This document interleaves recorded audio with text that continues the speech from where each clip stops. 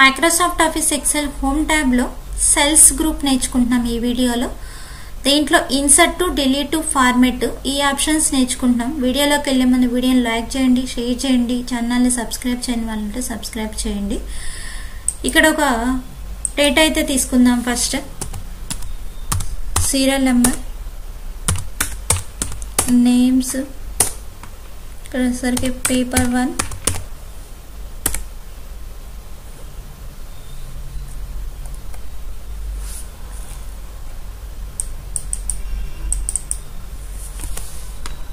Next paper 2,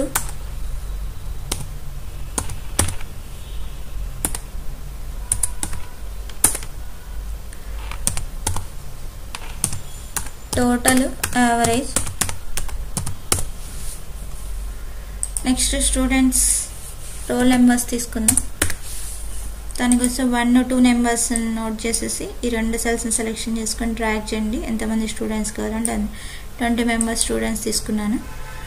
చూడండి, ఈ విధంగా డేటా అనేది ఇక్కడ ఫిల్ చేసినా సరే ఇక్కడ ఫార్మెట్ అనేది నీట్గా కనిపించదు. దీనికోసం ఫస్ట్ మనం ఇక్కడ బోర్డర్స్ అనేది అప్లై చేసుకుందాం. దీన్ని ఫస్ట్ సెలెక్షన్ చేసుకోవడానికి Ctrl+A, ఇక్కడ ఫాంట్ గ్రూప్లో బోర్డర్స్లోకి వచ్చి ఆల్ బోర్డర్స్ అనేది ఇచ్చేద్దాం. బోర్డర్స్ అనేది వచ్చింది, ఒక టేబుల్ ఫార్మెట్ లాగా నీట్గా క్రియేట్ అయింది. తర్వాత ఇక్కడ సీరియల్ నెంబర్ స్పేస్ అనేది తగ్గించుకోవాలి. దానికోసం మీరు ఇక్కడ ఈ విధంగా అట్లా డ్రాగ్ అయినా చేయొచ్చు, లేకపోతే దీని మీద క్లిక్ చేసేసుకొని ఇక్కడ ఫార్మెట్లోకి వచ్చి ఇక్కడ కాలం విత్ అనే ఆప్షన్ మీద క్లిక్ చేసి ఇక్కడ నెంబర్ అడుగుతుంది. మీకు ఎంతైతే కాలం విత్ కావాలో ఆ నెంబర్ అనేది ఇచ్చేసేసి ఇక్కడ ఓకే అనేది ప్రెస్ చేయండి. కాలం విత్ అనేది సెట్ అవుతుంది. అదేవిధంగా నేమ్స్ కూడా ఎక్కువ కాలం విత్ కావాలి కాబట్టి ఫార్మెట్లోకి వచ్చి రో హెడ్ మీద క్లిక్ చేసేసి ఎంతైతే విత్ కావాలో అంత నెంబర్ ఇచ్చేసేసి ఓకే కొట్టండి.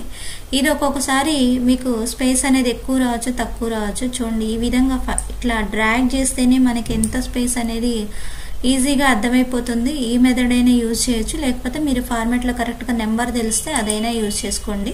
నెక్స్ట్ ఈ పేపర్స్ కూడా అంతే, సేమ్ స్పేస్ అనేది ఇంక్రీజ్ చేసుకోవాలంటే 2 కాలమ్స్ని ఈ విధంగా సెలెక్షన్ చేసేసుకొని మధ్యలో ఇక్కడ ఈ కాలంకి మధ్యలో లైన్ ఉంది కదా, ఆ లైన్ మీద మౌస్ పాయింటర్ నుంచి డ్రాగ్ చేయండి. మీ కాలం విత్ ఇంక్రీజ్ చేయాలన్నా ఇంక్రీజ్ చేసుకోవచ్చు, డిక్రీజ్ చేయాలన్నా డిక్రీజ్ చేసుకోవచ్చు.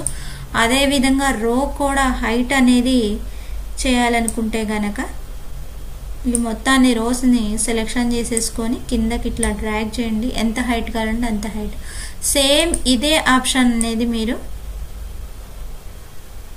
ఇక్కడ ఫార్మెట్లోకి వచ్చి రో హైట్ దగ్గర క్లిక్ చేసి ఎంత హైట్ కావాలో అంత హైట్ నెంబర్ ఇచ్చేస్తే గనక మీకు హైట్ అనేది ఇంక్రీజ్ అవుతుంది. అదేవిధంగా ఇది ఇంకా నీట్గా కనిపించాలంటే ఈ నెంబర్స్, ఈ అలైన్మెంట్ అంతా కరెక్ట్గా ఉండాలి అనుకుంటే కనుక ఇక్కడ అలైన్మెంట్ గ్రూప్లో వచ్చేసరికి సెంటర్, మిడిల్ అలైన్మెంట్ ఇచ్చేసేయండి. బోల్డ్, కొంచెం ఫాంట్ సైజ్ ఇంక్రీజ్ చేయండి. ఇట్లాగా ఫస్ట్ ఫార్మెట్ అనేది ఈ విధంగా రెడీ చేసుకోవచ్చు. దీనికి హెడ్డింగ్ ఇవ్వడానికి ఒక రో అనేది కావాలి. ఆ రో అనేది ఇన్సర్ట్ చేయాలంటే ఇక్కడ రో కావాలంటే రో ఇన్సర్ట్ చేసుకోవచ్చు, కాలం ఇన్సర్ట్ చేయాలని నేను చేయొచ్చు. అదనేది ఫస్ట్ రో అనేది ఇన్సర్ట్ చేయాలంటే ఫస్ట్ ఇక్కడ రో మీద మౌస్ పాయింటర్ నుంచేసేసి రైట్ క్లిక్ ఇచ్చేసేయండి. ఇక్కడ ఇన్సర్ట్ కొట్టండి. మీరు రో మీద పెట్టి ఇన్సర్ట్ కొడితే రో యాడ్ అవుతుంది, కాలం మీద పెట్టి ఇన్సర్ట్ కొడితే కాలం యాడ్ అవుతుంది. ఇక్కడ కింద కొంచెం డ్రాగ్ చేసేసుకొని హైట్ పెంచుకోవడం కోసము ఇక్కడ ఈ లైన్స్ అనేది మొత్తం కలిసిపోవాలంటే merge and center option use చేసి ఇక్కడ హెడ్డింగ్ ఇవ్వచ్చు.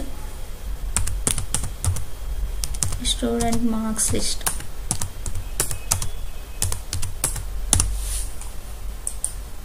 ఇట్లా దేనికి కూడా మీకు ఇక్కడ బోర్డర్ కావాలంటే బోర్డర్స్ అప్లై చేసుకోవచ్చు.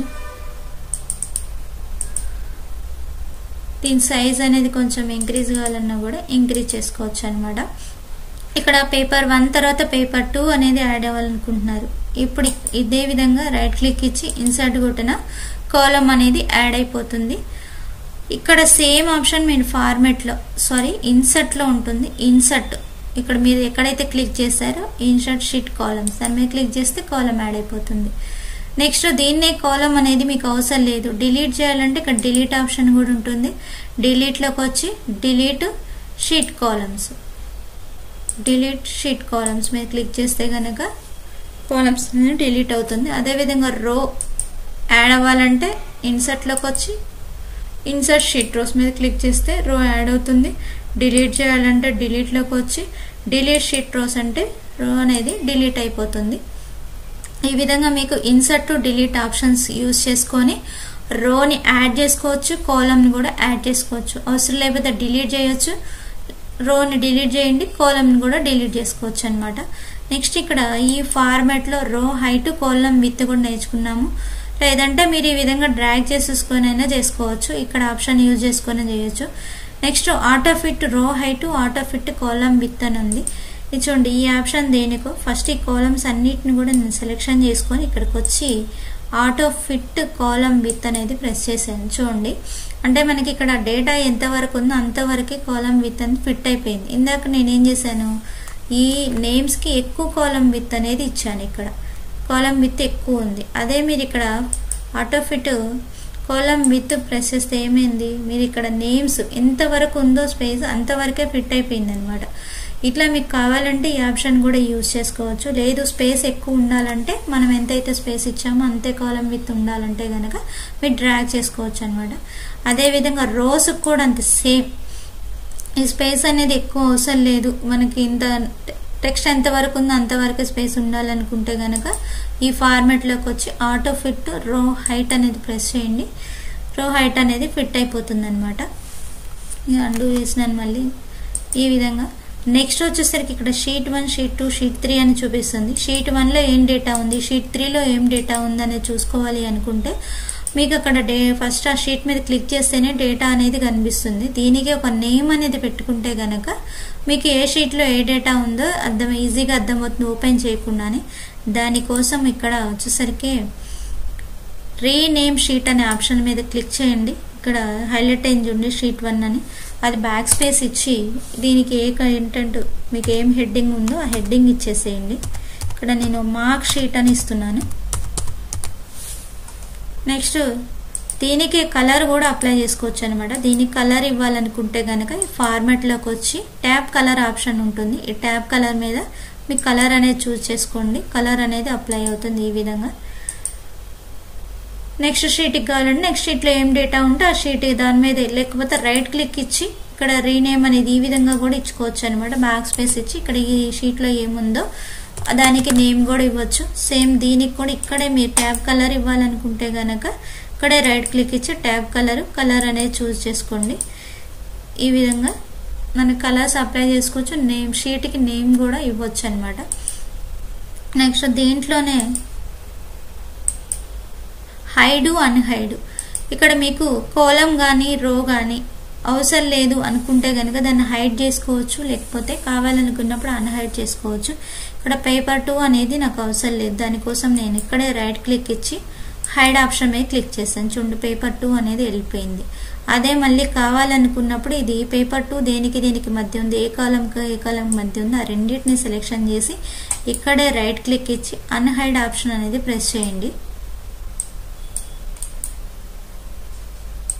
ఇక్కడ పేపర్ 2 యాడ్ అయిపోయింది.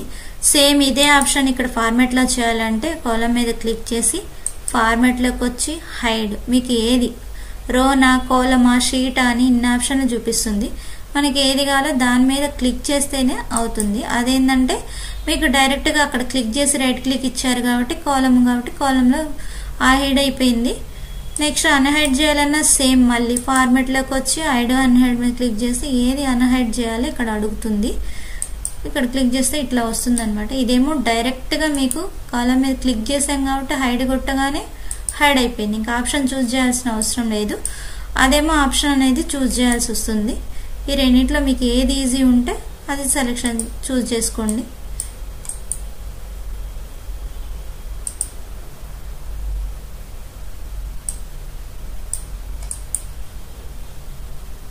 అన్హైడ్ మీద క్లిక్ చేస్తే వచ్చేస్తుంది. అలాగే రో యాడ్ చేయాలన్నా సరే రో మీద క్లిక్ చేసేసి హైడ్, అన్హైడ్ చేయాలంటే మళ్ళీ 2 నెంబర్స్ని సెలెక్షన్ చేసేసుకొని అన్హైడ్ కొట్టండి. ఈ విధంగా hide unhide rename sheet tab colour చూసాము.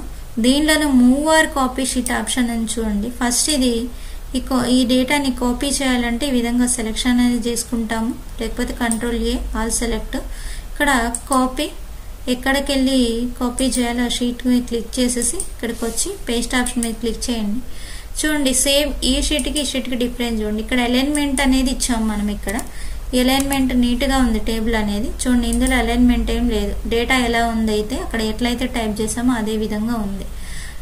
ఇప్పుడు మూవ్ కాపీ ఆప్షన్ యూజ్ చేస్తే చూడండి సేమ్ యాజ్ ఇట్ ఈస్ దీని యొక్క డూప్లికేట్ అనేది క్రియేట్ అవుతుంది. ఇక్కడ మూవ్ కాపీ దాని మీద క్లిక్ చేసేసి మీరు ఏ షీట్లోకి అయితే డేటా ట్రాన్స్ఫర్ చేయాలనుకుంటున్నారో అక్కడ షీట్ మీద క్లిక్ చేసి ఇక్కడ క్రియేట్ కాపీ మీద క్లిక్ చేయండి. వచ్చి ఓకే అనేది కొట్టండి. చూడండి దీని యొక్క డూప్లికేట్ అనేది క్రియేట్ అయిపోతుంది అనమాట. చూడండి ఇక్కడ మార్క్ షీట్, ఇది మార్క్ షీట్ 2 సేమ్ అలాగే ఉందన్నమాట. ఇట్లా ఇది కాపీ పేస్ట్ చేసిన ఆప్షన్, ఇదేమో మూవ్ కాపీ చేసిన ఆప్షన్ అనమాట.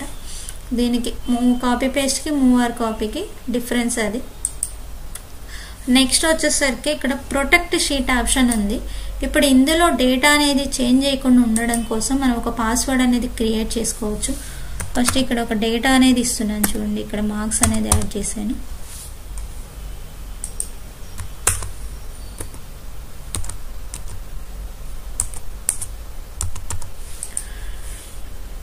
ఫార్మాట్లోకి వచ్చి ఇక్కడ ప్రొటెక్ట్ షీట్ మీద క్లిక్ చేయండి. ఇక్కడ మీకు ఈ డేటా ఇందులో ఈ షీట్లో ఉన్న డేటా అనేది ఏది చేంజింగ్ అనేది చేయకూడదు అనుకుంటే ఒక పాస్వర్డ్ అనేది క్రియేట్ చేసుకోవాలి. ఇక్కడ మీకు నచ్చిన పాస్వర్డ్ ఇచ్చేసుకోండి. ఇక్కడ ఏ ఫార్మాట్ చేంజ్ చేయకుండా ఉండాలంటే అన్నిటి మీద టిక్ మార్క్ ఇచ్చేసేసి ఇక్కడ ఉన్న ప్రతి దాని మీద టిక్ మార్క్ ఇచ్చేసేయండి. ఓకే బటన్ ప్రెస్ చేయండి. తర్వాత పాస్వర్డ్ అనేది ఇంకొకసారి అడుగుతుంది. పాస్వర్డ్ అనేది ఇచ్చేసి ఓకే ప్రెస్ చేయండి. ఇప్పుడు మీరు ఎక్కడ క్లిక్ చేసినా సరే ఈ షీట్ అనేది ప్రొటెక్ట్ చేయబడింది. రీడ్ ఓన్లీ అంటే చదవడానికి చూసుకోవడానికి మాత్రమే యూజ్ అవుతుంది, కానీ ఇందులో డేటా అనేది చేంజింగ్ అనేది చేయడానికి రాదు అని చెప్తుంది అనమాట. ఇది ఈ విధంగా షీట్ని అంటే మనం ఈ షీట్ ఏదైనా సేవ్ చేసుకున్నా సరే మన డెస్క్టాప్ మీద ఉన్నా వేరే వాళ్ళు ఓపెన్ చేయొచ్చు, కానీ ఇందులో డేటా మాత్రం చేంజింగ్ చేయడానికి రాదనమాట ఇక్కడ ఫార్మాట్లో ఇచ్చిన ప్రొటెక్ట్ షీట్కి అయితే. నెక్స్ట్ ఇది ఫస్ట్ సేవ్ చేసుకుందాం ఈ ఫైల్ని. నేను డెస్క్టాప్ మీద దీన్ని సేవ్ చేస్తున్నాను.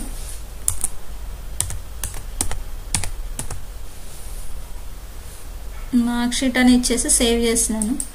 సేవ్ అయింది. ఒకసారి దీన్ని క్లోజ్ చేసి చూద్దాం. చూడండి ఇక్కడ వచ్చేసింది కదా ఇది డెస్క్టాప్ మీద, ఇక్కడ వచ్చేసింది. దీన్ని ఓపెన్ చేయగానే ఇప్పుడు చూడండి ఓపెన్ అయిపోయింది కదా, అంటే ఓపెన్ చేయొచ్చు కానీ ఇక్కడ డేటా అనేది మార్చుకోవడానికి రాదు అని చెప్పి. నెక్స్ట్ అసలు ఫైల్ ఓపెన్ చేయకుండా ఉండాలంటే కూడా పాస్వర్డ్ పెట్టుకోవచ్చు. అది చూడండి ఇక్కడ ఫైల్లోకి వచ్చేసి ఇక్కడ వచ్చేసరికి ప్రొటెక్ట్ వర్క్ బుక్ అనే ఆప్షన్ కనిపిస్తుంది కదా మీకు. ఇక్కడ ప్రొటెక్ట్ వర్క్ బుక్ దీని మీద క్లిక్ చేసేసి ఇక్కడ చూడండి ఎన్క్రిప్ట్ విత్ పాస్వర్డ్ ఆప్షన్ మీద క్లిక్ చేసి ఇక్కడ ఒక పాస్వర్డ్ ఇచ్చుకోండి, మీకు నచ్చిన పాస్వర్డ్. ఓకే అని ప్రెస్ చేయండి. రెండోసారి అడుగుతుంది, రీఎంటర్ చేయండి ఇంకొకసారి. ఓకే బటన్ ప్రెస్ చేయండి. మళ్ళీ ఈ ఫైల్ని ఒకసారి సేవ్ అనేది చేసుకోండి. సేవ్ అయింది. నెక్స్ట్ దీన్ని క్లోజ్ చేసిన నేను. చూడండి ఇప్పుడు ఓపెన్ చేయండి. దీన్ని ఓపెన్ చేసే ముందు ఇక్కడ పాస్వర్డ్ అడుగుతుంది. ఈ పాస్వర్డ్ అనేది మనకు తెలిసి ఇస్తేనే ఈ ఫైల్ అనేది ఓపెన్ అయిపోతుంది. ఇక్కడ ఓకే బటన్ ప్రెస్ చేయండి. చూడండి ఇప్పుడు నాకు పాస్వర్డ్ తెలుసుగా నేను ఎంటర్ చేశాను కాబట్టి ఫైల్ ఓపెన్ అయిపోయింది.